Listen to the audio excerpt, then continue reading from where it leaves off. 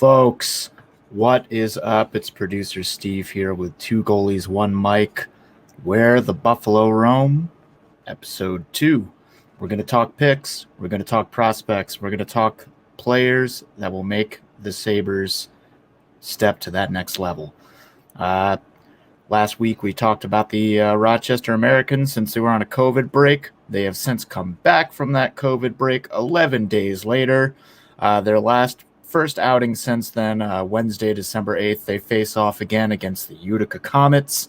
They come up big with a 4-3 overtime win. The headline of that, of course, being Peyton Krebs' glorious overtime 3-on-3 beater of a goal. Just blasts it past. Is beautiful. Sean Malone with a 3-point night. Robson making his debut in net from the Cincy Cyclones. R2 Ruotsalainen back in the lineup. Samuelsson with a 2-point night. 2 nights later, they go back to play the Laval Rocket. They win that game 5-3. Sean Malone 2-point night. Samuelsson 2-point night.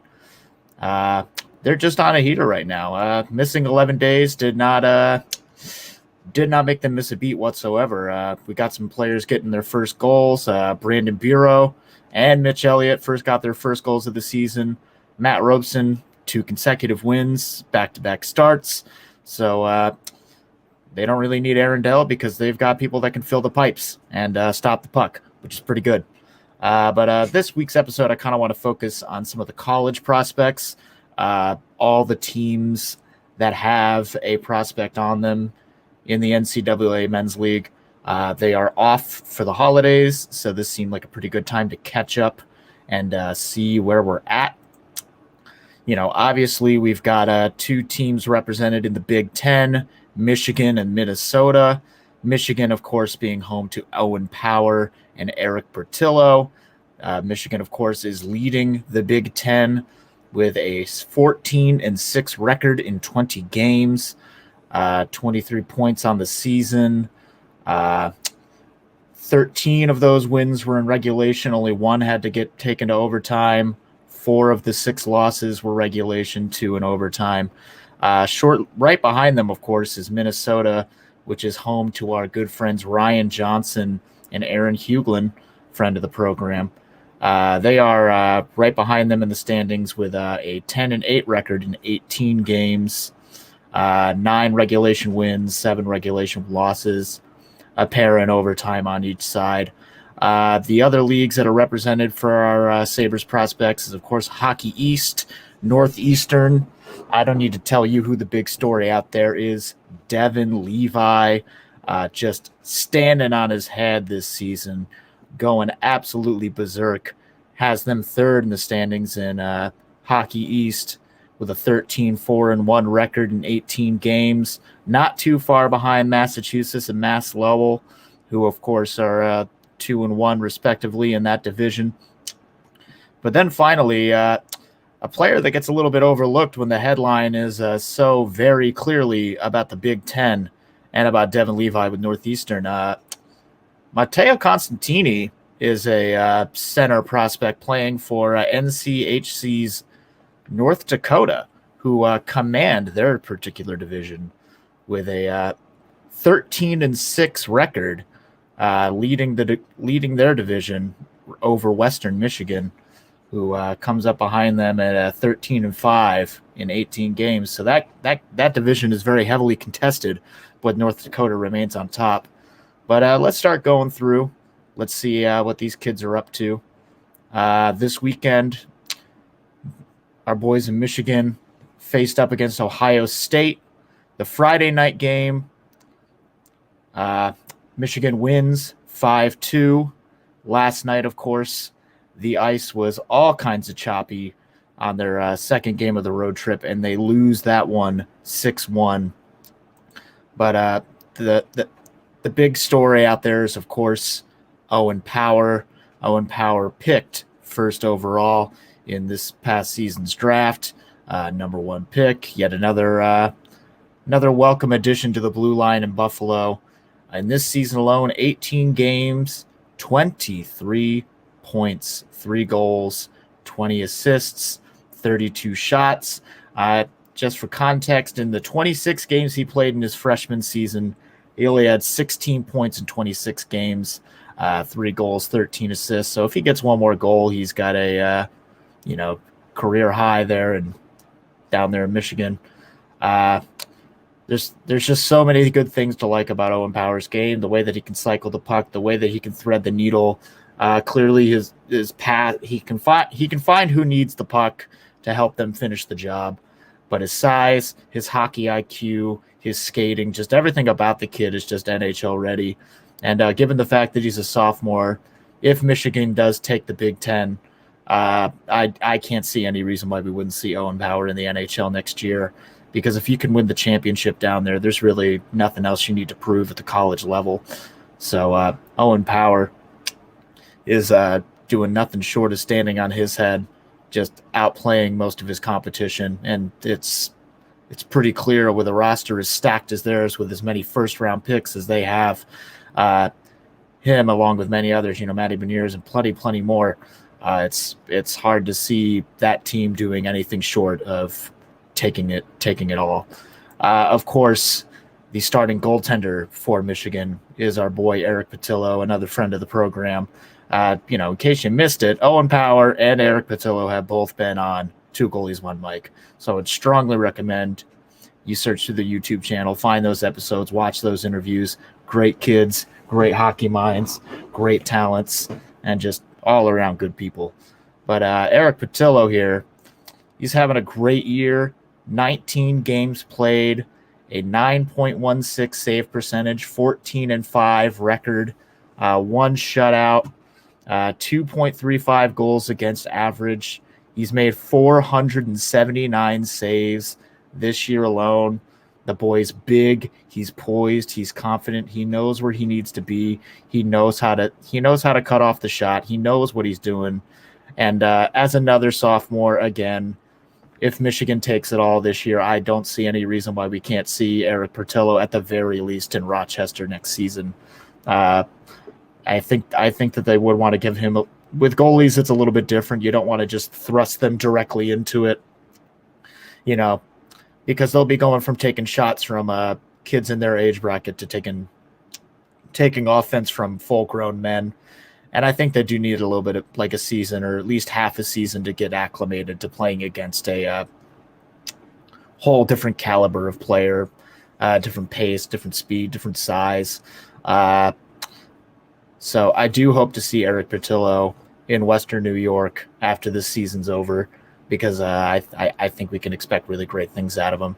But that said, the goalie story this season has been, by a wide margin, the story of Devin Levi with Northeastern. 6 shutouts.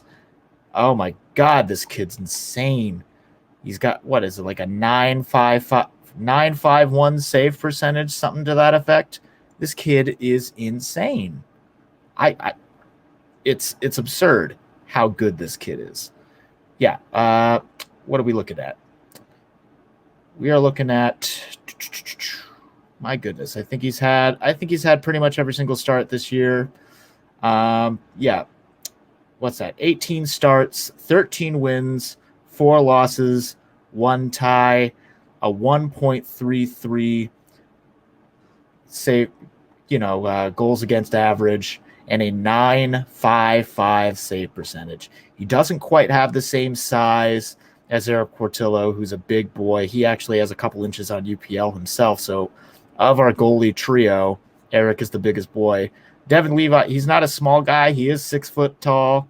He is another sophomore, and he's just commanding Northeastern. He's the reason they're in the running at all over there in 3rd place. And with numbers like that, you'd be hard pressed to see him not try to get a look at the AHL at least next year. He's just absurd. I cannot believe how good he's been playing. Granted, it's not the Big Ten, so it's not quite as competitive, but it's still damn impressive. 6 shutouts and 18 starts. That's, 1 in 3 starts you get, you're just blanking them. That's insane. So it's hard not to be excited about a kid like Devin Levi. Obviously he came here under less than ideal circumstances. Picking Devin Levi in exchange for Sam Reinhart. I'm still gonna miss Sam Reinhart every day. He was such a nice guy. I really think, I'm really sad that he left this organization. But honestly, I also can't blame him for wanting out. So he had no contractual obligation to stay. So he saw his out and he took it. I can't really fault the guy, but I wish things would have worked out a little different there. But that said, of all the things you can get back in a trade for a fundamental piece of your team, Devin Levi is proving, at least at the goalie level, at the college level, to be absurd. Whether or not that translates to playing against full-grown adults in the NHL or the AHL has yet to be seen. But the position between the pipes seems more sound than it's been since Ryan Miller left this organization, and gives me a lot of hope. That said, let's transition to the second team in the Big Ten. Second place team, Minnesota. The story there, Ryan Johnson, the junior drafted by Buffalo in 2019, 6'1", 190 pounds. He has been having a real good year. 12 games played so far, 1 goal, 6 assists, 7 points, 24 shots.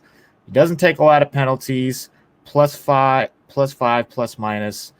He's just a real strong, no bullshit defenseman, which every team needs. Not every guy's going to be the huge playmaker. You're not always going to have a Kale McCarr. You're not always going to have a Quinn Hughes. It's not always going to be a Darlene. It's not always going to be that story. Sometimes you just need that stay-at-home guy that you can depend on, that you can rely on. He's going to do what needs to get done to make sure a shot gets blocked, and in the process, he's going to make a few big assists. Put the team up when they need to get put up, feed the right guys. And I think Ryan Johnson's going to be that guy. And again, he's a junior this year. So I don't know how much more time he's going to spend down at the college level. This could be his last season. He could potentially be getting the call up to the AHL. Nope, sooner than later. I'm excited to see what happens with Ryan Johnson. He's getting up there in years. I mean, he's not an old man, but he's a junior in college. So that's like 21. I think it might be about time after this season's over to try to get him a look at the big leagues. But he's doing good. Another Minnesota boy this season, Aaron Heuglin. He is a freshman this year, so I wouldn't expect to see him anywhere near Western New York for another year or so. But Aaron Huglen, 12 games played as well, 2 goals, 1 assist, 3 points. He's getting his feet wet. He's got a +3, plus minus. He's doing okay. It's it's tough as a freshman. He's probably not getting he's probably not on that top pairing. He's not in that top trio. So he's making an impact where he can. There are very few games that go by where he doesn't at least even get a shot off. There are a couple games at the very beginning of the season where he just doesn't get any shots on net. So it's hard to score a goal if you don't get any shots on. But gets his first goal against St. Cloud. Gets his second goal against Wisconsin. Getting some assists against hard teams, Ohio State, Wisconsin as well, St. Cloud as well. So again, he's got a lot of time to grow. He's 6 foot, 170. Hopefully the kid bulks up. Hopefully he stays fast with the bulk. But so far, can't say anything too bad about Aaron Huglen. He's doing what needs to get done. He's developing. He's probably the youngest of these prospects, but as you would gauge from the interview we had on Two Goalies One Mic with him, he's a real nice kid, good hockey mind. I'm hoping he can start making some big strides in his game. But thankfully he's a freshman. We got time. We have plenty of forward prospects too. So if he wants to take his time, he's got time to take. And that's been a knock on this team for a minute, that we don't let kids develop. I mean, Casey Middlestat was a kid that we just pulled straight out of. I don't even think he had a college season. I think we just pulled him straight out of his select club as a high schooler, and he was just immediately in Buffalo at the age of 18. We thought he was going to be a big stud. Didn't have quite the hot start that we were hoping for, and a lot of kids gave him crap for it. He's turned his game around under Donnie Granato, so it's great to see. But I think it's good. The reason that a program like this actually exists is because Buffalo is actually taking their time to develop their prospects. They're not just phoning it in. So that's all to say. Aaron Huglen, take your time. You'll find your game. You're not doing bad things out there. If you were doing bad things, your plus minus would be in the crapper. You're just not in that top 6 yet. You're a young kid, but other kids will graduate. You'll get your turn. Just keep playing your game, bud. But that said, the last college prospect that the Sabres have, again, is a kid who gets overlooked a little bit, but that's because in 2020 he was only a 5th-round pick. He was a 5th-round pick, 131st overall.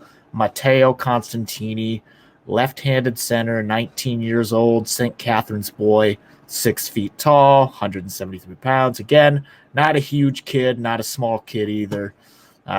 Playing for the University of North Dakota, who are, I believe, leading their particular division. They're going hard in it. The UCHC there, and in that time, he's got 5 goals, 5 assists, 10 points in 14 games. He's not doing bad down there. I got to be honest, I haven't seen a lot of North Dakota games. There's a lot of NCAA hockey happening. There's only so much of it you can watch, but he's doing what needs to be done. He's playing with a good group of kids. A lot of last names that you've seen before. Looks like a lot of hockey players are having kids, and they're all taking up the trades of their fathers. So it's good to see. But yeah, Matteo Constantini, yet another center with the capability to produce. He is another freshman, so I wouldn't expect to see him anywhere near Western New York for a minute. But he's someone to consider. He's still out there.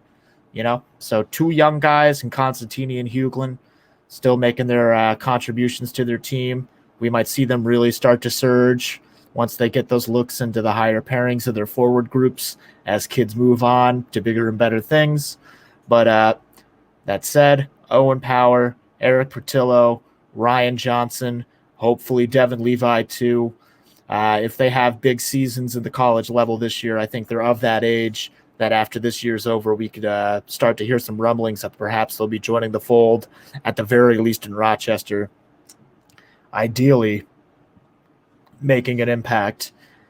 Obviously Owen Power is probably going to be making an impact at the Buffalo Sabres level just right off the hop. But yeah, I could see Ryan Johnson and our 2 goalie prospects joining the Rochester Americans next year sooner than, getting their feet wet playing against full-grown adults, see how it works, see if it doesn't. And if it doesn't, that's what the ECHL is for. That's what the O's for. We can cross that bridge when we get to it. But it was nice to talk about these college kids, while we got this little break at the holidays. I don't think any of these teams are going to be any of the teams that are mentioned here, Michigan, Minnesota, Northeastern, North Dakota. I don't think they play again until the start of the new year, or at least the very, very end of this year.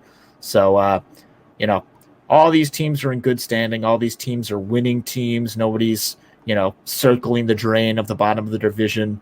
No one's lower than 3rd place, and that's Northeastern.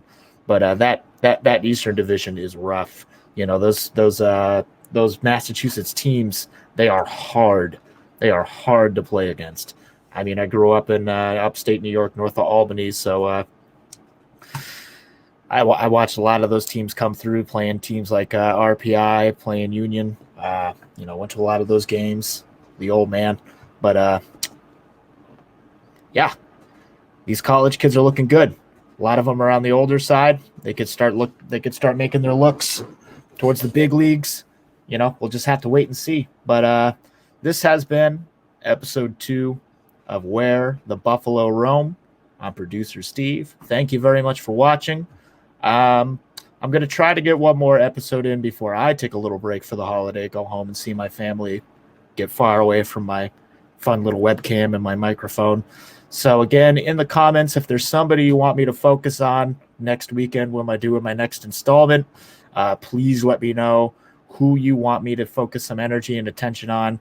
Because again, the prospect list is like 20, 30 deep. There's a lot of kids in the system in a lot of different leagues, and I don't want anyone to go overlooked. Again, this isn't the Jack Quinn show. This isn't the Owen Power show. There are a lot of kids to talk about. So please do not hesitate to let me know who you're interested in, because this show's just as much fun for me, and I hope it's fun for you. I want to give you what you want to see, and I want to keep doing it. So, just let me know what you're thinking. But that's all to say, like every broadcast from Two Goalies One Mic, this one is brought to you by Outlet Liquor. It is the place to buy a case, so don't haste. As for me, it's 15 minutes to kick off, I believe. I think that game's a 1. Anyway, the Bills play today. If they don't do well today, I'm going to stop doing these shows on Bills football days, because I did one last week. That game did not end so great against the Pats. So if it happens again today against the Bucks, I'm just going to personally blame myself for both of those losses, and I will not film these particular segments on a Bills football day. I don't want to take any attention away from the big Bills. But thank you again for watching, and let's go Buffalo.